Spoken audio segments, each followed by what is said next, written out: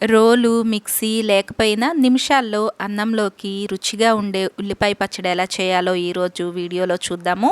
ఈ పచ్చడి ఒకసారి చేస్తే మళ్ళీ మళ్ళీ చేస్తారు. వెల్కమ్ టు వంటలమ్మి, నేను మోనిక. ముందుగా స్టవ్ పైన ప్యాన్లోకి 2 స్పూన్ల నూనెను వేసుకుని దీనిలో 8 నుండి 10 వరకు పొట్టు తీసిన వెల్లుల్లిని వేసుకుని మంటను మీడియం ఫ్లేమ్లో ఉంచి నిదానంగా వీటిల్ని వేయించుకోవాలి. ఇవి ఎర్రగా వేగిన తర్వాత 2-3 రెమ్మల కరివేపాకును కూడా వేసి కరివేపాకు కూడా మంచిగా వేగిన తర్వాత వీటిని ఒక ప్లేట్లోకి తీసుకోండి. తర్వాత ఎండుమిర్చిని వేయించుకోవాలి. ఎండుమిర్చి వచ్చేసి మీరు తినే కారంను బట్టి 5 నుండి 7 వరకు వేసుకుని వీటిల్ని కూడా ఎర్రగా వేయించుకుని గిన్నెలోకి తీసుకోండి. మిరపకాయలు వేయించుకున్న తర్వాత 3 ఉల్లిపాయలను పొడవుగా తరిగి ఈ ఉల్లిపాయ తరుగును కూడా వేసి వేయించుకోవాలి. ఉల్లిపాయలు కాస్త త్వరగా వేగటానికి దీనిలోకి కొద్దిగా ఉప్పును వేసుకుని వేయించుకోండి.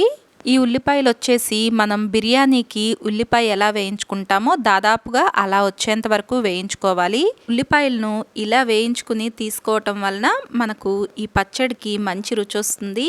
ఇలా ఉల్లిపాయలు వేగిన తర్వాత వీటిని కూడా ఒక ప్లేట్లోకి తీసుకుని పక్కన పెట్టేసుకోండి. తర్వాత 2 పెద్ద టొమాటోలను తీసుకుని 2 ముక్కలుగా చేసుకుని ఇలా వీడియోలో చూపిస్తున్నట్లుగా నూనెలోకి వేసి ఒకవైపు వేగిన తర్వాత రెండో వైపుకు తిరగేసి 2 వైపులా మంచిగా వేయించుకోండి. ఈ టొమాటోలను వేయించుకోవటానికి మంటను పూర్తిగా తగ్గించేసి సన్నని మంటపైకి పెట్టి వేయించుకోండి. ఇలా 2 వైపులా మంచిగా వేగిన తర్వాత ఈ టొమాటోలను కూడా ప్లేట్లోకి తీసుకోండి. టొమాటోలు పూర్తిగా చల్లారేంత వరకు ఒక పక్కన ఉంచుకుని చల్లారిన టొమాటోలను పైన ఉన్న తొక్కును తీసేయండి. ఇది మనకు చాలా తేలిగ్గా ఊడొచ్చేస్తుంది. తర్వాత ఎండుమిర్చిని చేత్తో ఇలా చిదిమేసేయండి. ఇది మనకు మంచిగా వేగుంటుంది కాబట్టి చేత్తో చాలా తేలిగ్గా ముక్కలైపోతుంది. అలానే వెల్లుల్లిని కూడా మెత్తగా చిదిమేసి కరివేపాకు, ఉల్లిపాయ ఈ మొత్తాన్ని బాగా కలిసేలాగా కలుపుకోండి. దీనిలోనే టొమాటోలను కూడా కలిపేసేయండి. ఇవన్నీ కూడా చేత్తోనే మనకు చాలా తేలిగ్గా కలిసిపోతాయి. మీకు ఇలా చేత్తో కలపటం ఇష్టం లేదంటే ఈ మొత్తాన్ని మిక్సీలోకి వేసుకుని మెత్తగా కాకుండా బరకబరకగా వచ్చేలాగా మిక్సీ పట్టుకోండి.